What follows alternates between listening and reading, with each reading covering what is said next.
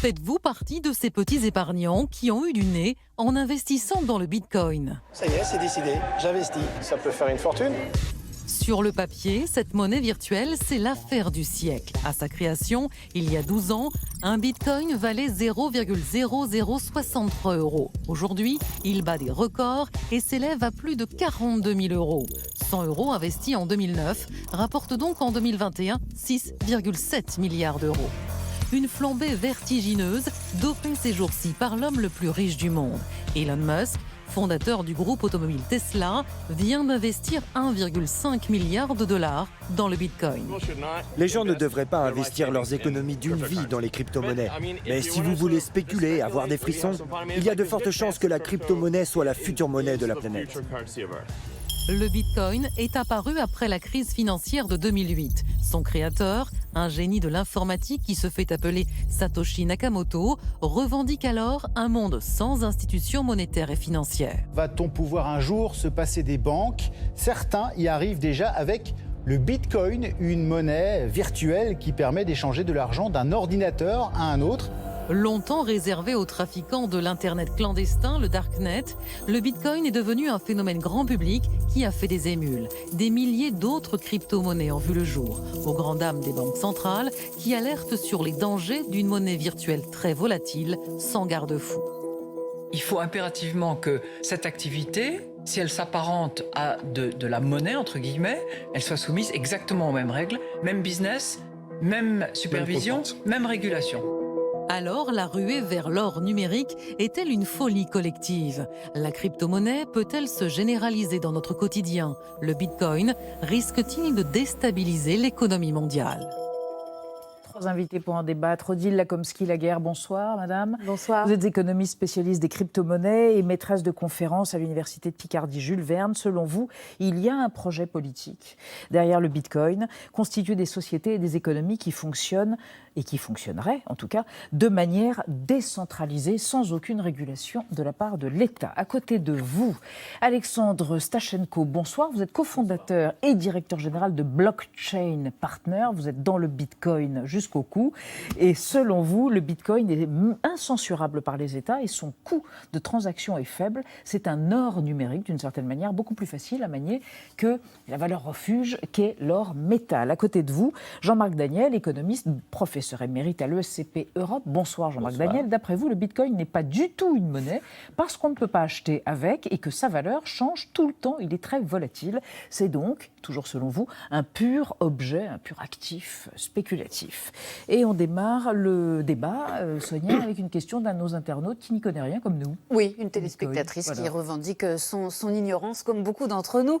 Qu'est-ce que le Bitcoin? Alors, Odile Lacomsky-Laguerre, est-ce que vous pouvez nous définir très simplement ce qu'est un Bitcoin? Alors, très simplement, je vais essayer d'être synthétique et d'être rapide.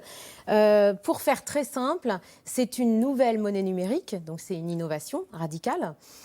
C'est une monnaie qui fonctionne de façon totalement décentralisée, ça a été rappelé, qui fonctionne via un réseau peer-to-peer. Donc, ce sont des ordinateurs qui sont connectés entre eux et qui assurent la validation et l'authentification des transactions. Donc, qui évite la fraude et notamment la duplication possible de la monnaie. C'est une monnaie donc décentralisée qui ne nécessite aucun tiers de confiance pour la validation des transactions et aucune régulation de l'État et qui ne dépend d'aucune autorité de contrôle et aucune autorité centralisée. Donc c'est une monnaie acéphale, sans tête, on pourrait dire. C'est aussi, alors il faut rappeler aussi que c'est une monnaie transnationale, donc qui se veut directement mondiale pour assurer les paiements internationaux avec des frais de transaction réduits. Alors, définition excellente, hein, j'imagine. On va continuer sur... Oui. Je ne suis pas d'accord avec le mot monnaie. Ah bah bien sûr. Dire c'est une monnaie, par définition, pour moi, ce n'est pas une monnaie. Et donc, non, juste deux remarques par rapport à ce qui vient d'être dit, à l'utilisation du mot monnaie. C'est-à-dire que sur le plan juridique, ce n'est pas une monnaie. En France, il y a un code monétaire et financier qui précise dans son article L111 que la monnaie de la France est l'euro.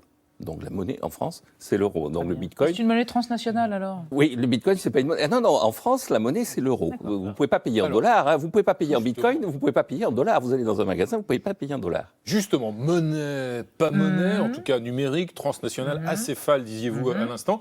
Et en tout cas, ça rapporte gros selon le cours donc, du bitcoin qui s'envole, qui bat des records en ce moment. C'est notre chiffre du jour, Elisabeth. Un bitcoin a atteint donc le cours de 42 683 €. Très concrètement, Alexandre Stachenko, justement, si jamais j'ai un bitcoin sur moi, est-ce que je peux... Dans votre ordinateur. Dans mon ordinateur, voilà, je prends mon ordinateur, mon portable par exemple, est-ce que si je vais dans une banque, eh bien, je peux échanger ce bitcoin contre 42 683 €? Alors vous ne le ferez pas dans une banque, parce que les banques aujourd'hui ne proposent pas ce genre de service. Par contre, vous allez le faire dans d'autres services financiers qui proposent ce genre de service. Vous avez des sortes de bourses de crypto-monnaies qui existent, comme il existe Euronext, Nasdaq, etc. Sauf que ce sont des bourses qui sont dédiées aux échanges entre euros et crypto-monnaies, voire parfois entre crypto-monnaies entre elles. Donc il y en a qui ne gèrent plus du tout de monnaie traditionnelle, vous arrivez avec des bitcoins, vous achetez une autre crypto-monnaie, vous repartez. Et très concrètement, on peut par exemple le convertir. Je peux repartir avec 42 000 €. Pour vous donner un ordre de grandeur, aujourd'hui le bitcoin est extrêmement liquide parce qu'il s'en échange sur les marchés presque autant en volume quotidien que l'action Apple par exemple. Donc il n'y a aucun problème. Si vous voulez vendre un bitcoin aujourd'hui à 42 000 €, vous pouvez le faire en allant sur le marché. Maintenant, content? Si vous voulez vendre pour 1,5 milliard de bitcoin comme Elon Musk, vous allez avoir tendance à lisser votre vente parce que sinon vous allez faire bouger le marché à vous tout seul parce que c'est beaucoup de bitcoin d'un coup. Bon, après, évidemment, on discutera du fait que moi je suis plutôt d'accord avec le fait que c'est une monnaie. Mais... Eh bien, discutez-en. Non, mais juste pour préciser ce que c'est une monnaie, oui. D'abord, on ne sait pas ce que c'est qu'une monnaie. Les économistes. Alors, on sait que les États battent la monnaie. Non, ce n'est pas les États, c'est les banques. Et sous l'autorité de la Banque centrale. Parce que c'est votre compte courant. Votre monnaie, elle est sur un compte courant qui est dans une banque. Et la monnaie que vous détenez, elle vous sert à 3 choses essentielles, mais on ne sait pas définir précisément la monnaie, on sait caractériser ce qui va faire une monnaie. La première chose, c'est que quand vous allez dans un magasin, vous pouvez acheter quelque chose. Et encore une fois, en France, vous allez dans un magasin avec des euros. Vous n'allez pas avec des dollars, vous n'allez pas avec des bitcoins. Est-ce qu'il y a un seul pays au monde où c'est un moyen de paiement légal, le bitcoin? Oui. Le Japon? Le Japon, par exemple. Depuis 2017, c'est ça? Depuis, effectivement, 2017. Ce qui veut dire? Ce qui veut dire que vous pouvez aller dans un magasin et payer en bitcoin au Japon. Mais c'est... Enfin, je vais laisser Jean-Marc Daniel. Oui, non, c'est un affaiblissement du pouvoir monétaire traditionnel. Vous allez au Liban, par exemple, vous ne payez pas en livre libanaise, mais vous payez en dollars. Donc, il peut y avoir des objets qui se substituent à la monnaie nationale pour réaliser les échanges. Pour l'instant, quand même, dans la plupart des pays, c'est la monnaie définie comme la monnaie nationale qui permet les échanges. Ça permet d'exprimer le prix. Alors là, exprimer des prix en bitcoin à la vitesse à laquelle évolue le cours du bitcoin, c'est extrêmement difficile. Et ça permet de préserver du pouvoir d'achat dans le temps. C'est-à-dire, et là aussi, le bitcoin, vu la volatilité, vu ce qu'est le bitcoin, ça ne permet pas ça. Donc, ce n'est pas une monnaie. Bon. C'est un objet qui existe, mais c'est pas une monnaie. C'est un actif. Avec à peu près rien de ce qui vient d'être dit, mais bon, je pourrais y revenir après. On va y revenir, mais très concrètement, Odile Akomski-Laguerre, si, à part le Japon, vous citiez le Japon, on peut utiliser le bitcoin dans des commerces, mais si on ne peut pas le dépenser, l'utiliser dans des commerces, à quoi ça sert donc effectivement d'accumuler des bitcoins? C'est une façon de s'enrichir, de spéculer pour s'enrichir? Alors, moi je vais faire une réponse plus nuancée en fait. C'est un projet monétaire à la base. C'est pour ça que je pense, enfin moi je maintiens que... Pour s'affranchir de la régulation de l'État? Alors non, je pense que très concrètement, d'abord les gens qui imaginent la conception d'une monnaie digitale, c'est simplement pour penser une monnaie qui va être adaptée à une nouvelle forme de commerce qui va devenir le e-commerce et ce que sera l'Internet. Voilà. Sur Internet, elle est plus vieille qu'Internet, elle date de 2009, cette monnaie. Alors, ça a commencé à être pensé et conçu dans les années 80. C'est-à-dire qu'on imagine déjà la conception des monnaies digitales. Il faut bien se dire que le Bitcoin, c'est le résultat d'une série d'expérimentations qui ont échoué avant et Nakamoto a réussi parce qu'il a accumulé des connaissances du monde informatique, etc., qui lui a permis de résoudre un problème central lié à la possibilité de dupliquer une monnaie numérique. Donc, je reviens. En fait, je vais faire une réponse plus nuancée. Pour moi, c'est un projet monétaire, c'est-à-dire qu'il fallait concevoir une monnaie adaptée à l'Internet, au e-commerce, puisqu'on ne peut pas, évidemment, faire des transactions avec une monnaie manuelle, et qui conserve les spécificités du cash, et notamment la préservation de l'anonymat, la préservation des libertés individuelles. Ce qui effrayait beaucoup les gens du milieu cryptographe anarchiste, c'était que les monnaies numériques qui allaient se développer, la carte à puce, ça allait être entièrement traçable. Donc les données individuelles sont traçables. Et donc c'est traçable aussi bien par l'État que par des grandes entreprises. Et ça, ils voulaient absolument s'en affranchir. Et donc, voilà, concevoir une monnaie digitale non traçable qui préserve l'anonymat. Il y a une autre particularité du Bitcoin, Alexandre Stachenko, c'est qu'on sait d'ores et déjà qu'il n'y en aura jamais plus de 21 millions. C'est ça, il y a un seuil qui ne sera pas dépassé. Il y en a aujourd'hui, il y en a 18,5 à peu 18 près. millions. Pourquoi est-ce qu'il n'y en aura jamais plus de 21 millions? Est-ce que ça veut dire qu'une fois qu'il y en aura 21 millions, forcément, il y aura peut-être les cours vont encore plus flamber? En fait, ça a été pensé plus comme de l'or numérique, comme une véritable monnaie au sens monnaie fiat traditionnelle. Aujourd'hui, on voit que l'émission monétaire, on va dire, devient absolument incontrôlée. Et donc, on peut avoir un doute quant à la capacité des monnaies traditionnelles à conserver leur valeur. C'est pour ça que je disais tout à l'heure, j'étais absolument en désaccord avec la plupart de ce qui avait été dit. Quand on parle de Bitcoin, alors, en fait, je veux dire, si j'étais un peu taquin, je dirais à Jean-Marc Daniel ce que disait Georges Marchais à Jacques Chirac, vous pensez comme il y a 40 ans. Ah, j'étais sûr que vous alliez dire boomer. Non. Sûr. J'ai des références plus communistes. On peut défendre le Bitcoin et citer Georges Marchais. Alors, exactement. Non, mais pourquoi je dis ça? Parce qu'effectivement, pour reprendre ce que disait Jean-Marc Daniel, le fait qu'on ne puisse pas payer en dollars en France ne fait pas du dollar quelque chose qui n'est pas une monnaie. C'est une monnaie, mais c'était associé à un autre espace. Donc l'euro, c'est l'eurozone, le dollar, c'est les États-Unis, et effectivement, le Bitcoin vient dans un espace qui, lui, n'existait pas avant. C'est un nouveau continent qui s'appelle Internet, et dans lequel les monnaies traditionnelles ont tenté de l'envahir, mais à quel prix? Le prix, c'est, pendant très longtemps, ça a été très anxiogénisant de mettre ses coordonnées de carte bancaire sur Internet. Et aujourd'hui, le prix qu'on paye, c'est quoi? C'est la multiplication des intermédiaires, c'est les commissions dans tous les sens, c'est la vie privée, effectivement, qui est réduite à portion congrue, puisqu'on peut tracer tout ce qu'on fait. Donc ça, c'est le prix pour qu'on puisse faire des transactions sur Internet avec des monnaies traditionnelles. Le Bitcoin arrive et dit, moi je suis une monnaie nativement numérique, premièrement, donc je suis particulièrement fit pour l'espace Internet. C'est ce qu'on disait tout à l'heure, je suis transnational par nature, je peux faire des transactions sur Internet à des frais extrêmement réduits. Et je m'adapte très bien au dark web aussi, à la cybercriminalité, au trafic. C'est-à-dire c'est oui et non.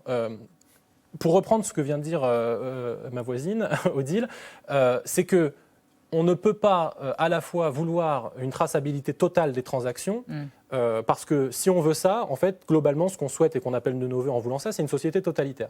C'est une société où on n'a absolument aucune vie privée.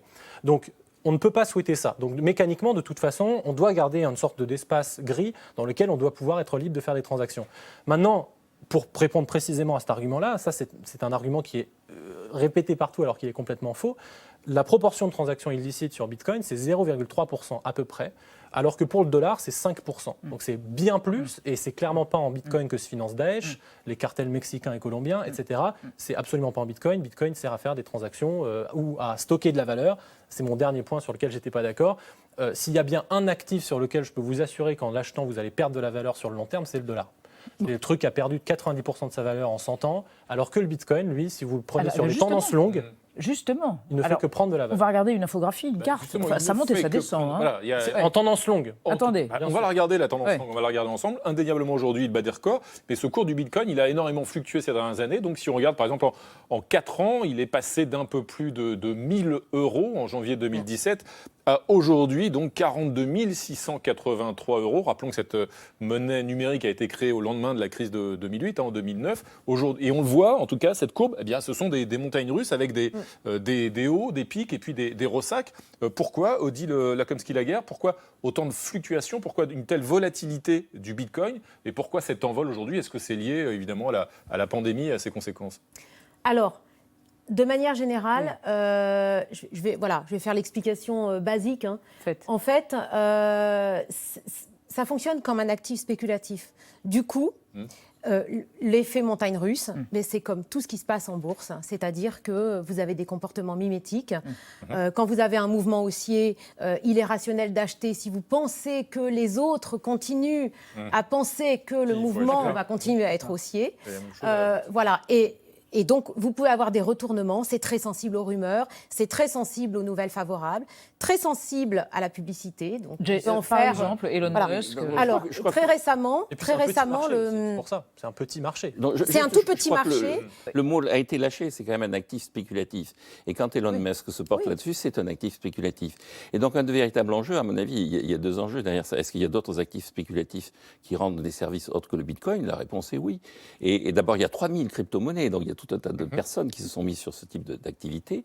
Et puis, on parlait de l'or et du fait que le dollar s'est dévalué. Il y a 50 ans, l'or a été expulsé du système monétaire international, c'était en 1971, sur la base d'une once d'or vaut $35. Maintenant, une once d'or, ça coûte $1 832. Donc, effectivement, c'est aussi un actif spéculatif avec une référence. Il y a une référence, non pas il y a 40 ans, mais il y a 20 siècles. Hein. Bon, donc, c'est un actif spéculatif. Donc, l'humanité, effectivement, là, je rejoins un peu ce qui a été dit quand même, l'humanité se méfie du dollar et des banques centrales. Je crois que depuis 10 ans, les banques centrales accumulent des politiques monétaires qui ont de quoi effrayer l'humanité. Et donc, l'humanité cherche des actifs sinon spéculatif, en tout cas qu'elle espère être sûre. La deuxième remarque que je ferai, c'est que quand on est sur des actifs spéculatifs, il y a une vieille règle de Maurice Allais, le prix Nobel d'économie, qui dit « Sur le marché, il y a des investisseurs avisés et des spéculateurs. Le spéculateur, c'est celui qui perd, l'investisseur avisé, c'est celui qui gagne. Mais on ne le sait qu'à la fin de l'histoire. » Après coup. Alors on verra si Jay-Z, par exemple, est un investisseur avisé ou un spéculateur. Thibault Nolte passe au rayon X, cette star du show business qui est aussi un sérieux homme d'affaires et qui, bien sûr, s'est mis au Bitcoin. Bonjour docteur, j'ai mal ici et là. Une petite déprime passagère, c'est tout. Évidemment, je fais du sport. Mon cher Jay-Z, j'ai vos radios sous les yeux, c'est du business. Vous êtes le rêve américain personnifié, élevé dans une cité brutale de Brooklyn. Vous êtes le premier rappeur devenu milliardaire. Avec 100 millions d'albums écoulés, 21 Grammy Awards, vous squattez tout un tas de classements et bricolez partout où il y a du dollar à engranger. Vêtements, jeux vidéo, sport, streaming musical, club, alcool. Même vos épousailles avec Beyoncé tintinabulent comme une armée de bandits manchots. Écoutez, vous entendez ? Ce sont les dollars de l'amour. Ce sont les dollars de l'amour. Père absent, zéro diplôme, deal de crack et fusillade sont les petites comptines que vous chante la vie. Et puis, votre mère vous offre un ghetto blaster. Vous commencez à rapper et vous prenez un pseudo. Sean Carter devient Jazzy, puis J-Z, puis Jay-Z, puis J-Z, mais tout en majuscule. On en a beaucoup parlé, je lui ai dit, quelle que soit ta décision, je suis avec toi.